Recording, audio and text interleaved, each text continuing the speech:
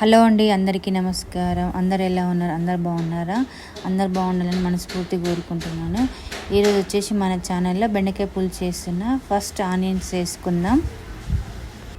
First time మా channel ఎవరైనా చూస్తుంటే ప్లీజ్ లైక్ చేయండి, షేర్ చేయండి, సబ్స్క్రైబ్ చేసుకోండి. ఇప్పుడు ఆనియన్స్ వేసుకున్న తర్వాత పచ్చిమిర్చి వేసుకుందాం. పచ్చిమిర్చి వేసుకున్న తర్వాత కొద్దిగా కరివేపాకు యాడ్ చేసుకుందాం. కరివేపాకు వేసుకున్న తర్వాత ఒకసారి కలుపుకుందాం.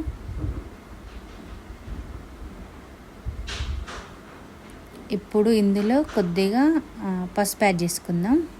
పసుపు యాడ్ చేసుకున్న తర్వాత మళ్ళీ ఒక్కసారి కలుపుకుందాం. అంతా కలిసేలాగా మళ్ళీ ఒకసారి కలుపుకుందాం. ఇప్పుడు ఇందులో అల్లం వెల్లుల్లి పేస్ట్ యాడ్ చేసుకుందాం.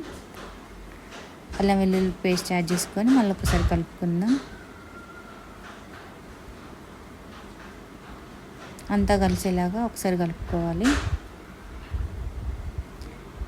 ఇప్పుడు ఇందులో బెండకాయ ముక్కలు యాడ్ చేద్దాం. బెండకాయ ముక్కలు కొద్దిగా పులుసు కదా, కొంచెం పొడుగ్గా కట్ చేసుకుంటేనే బాగుంటుంది. ఫ్రై కనుకో చిన్న చిన్న కట్ చేసుకోవచ్చు. పులుసులోకి, సాంబార్లోకి ఇట్లా బెండకాయ ముక్కలు కొంచెం పొడుగు కట్ చేసుకుంటే బాగుంటుంది. బెండకాయ ముక్కలు యాడ్ చేసుకున్న తర్వాత మళ్ళీ ఒకసారి కలుపుకుందాం.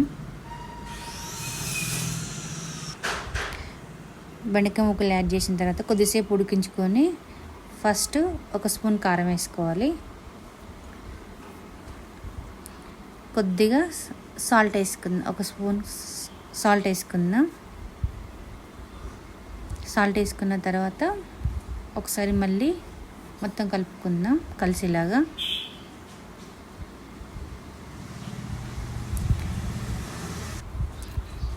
కారం యాడ్ చేసుకున్న ఉప్పు కారం యాడ్ చేసుకున్న తర్వాత ఒకసారి మంచిగా కలుపుకోవాలన్నమాట. కలుపుకున్న తర్వాత కొద్దిసేపు ఉడికించుకోవాలి ప్లేట్ పెట్టుకొని.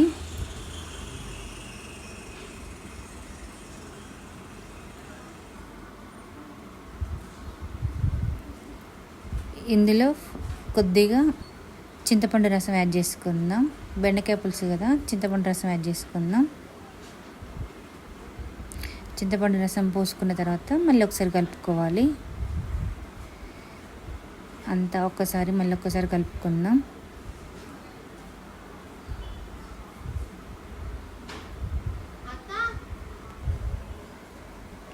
ఇప్పుడు ఇందులో కొద్దిగా గరం మసాలా యాడ్ చేసుకుందాం. పులుసు కదా, కొంచెం గరం మసాలా యాడ్ చేసుకుంటే బాగుంటుంది.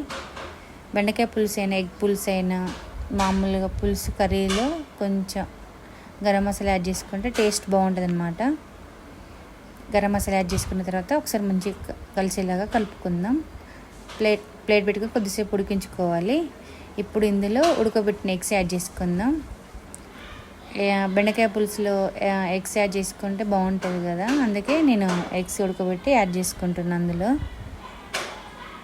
ఇష్టం అంటే ఎగ్స్ ఉంటే మనకు కావాలంటే యాడ్ చేసుకోవచ్చు, లేకపోతే లేదు. కానీ పులుసులోకి ఎగ్స్ బాగుంటుంది కదా, అందుకోసం నేను ఎగ్స్ ఉడకబెట్టి వేసాను అనమాట. ఎగ్స్ వేసాక కొద్దిసేపు ఉడికించుకోవాలి. ఒక 10 minutes అట్లా ఉడికిన తర్వాత లాస్ట్లో కొద్దిగా కొత్తిమీర యాడ్ చేసుకోవాలి. ఫైనల్గా కొత్తిమీర యాడ్ చేసుకోవాలి. కొత్తిమీర యాడ్ చేసుకున్న తర్వాత మళ్ళీ కొద్దిసేపు ఉడికించుకుంటే బెండకాయ పులుసు రెడీ అయిపోయినట్టు. ఓకే అండి, బెండకాయ పులుసు చేయడం అయిపోయింది. ప్లేట్ పెట్టుకొని ఒక 10 minutes ఉడికించుకుంటే అయిపోతుంది. బెండకాయ పులుసు రెడీ అయిపోయినట్టు మనకి. ఫైనల్గా బెండకాయ పులుసు అయిపోయింది.